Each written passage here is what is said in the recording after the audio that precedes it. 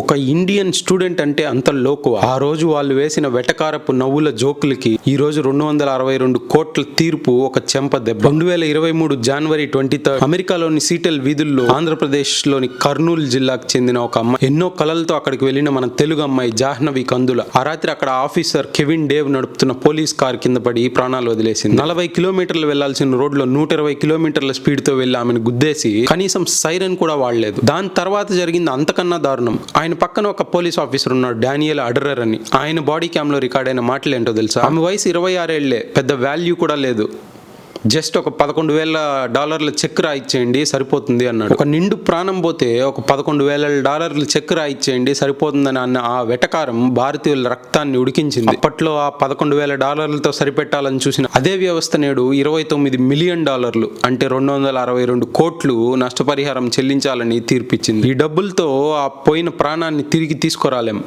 కానీ భారతీయుల ప్రాణం ఒక లిమిటెడ్ వాల్యూ అన్న వాళ్ళకి ఇది ఒక చెంప దెబ్బ. మన తెలుగు అమ్మాయికి జరిగిన ఈ అన్యాయంపై చివరికి న్యాయమే గెలిచింది. ఒక నిండు ప్రాణాన్ని బలి తీసుకొని వేసిన ఆ జోకులకి ఇది ఒక లైఫ్ లెసన్ వాళ్ళకి. దీనిపై మీరేమనుకుంటున్నారో కామెంట్స్లో చెప్పండి.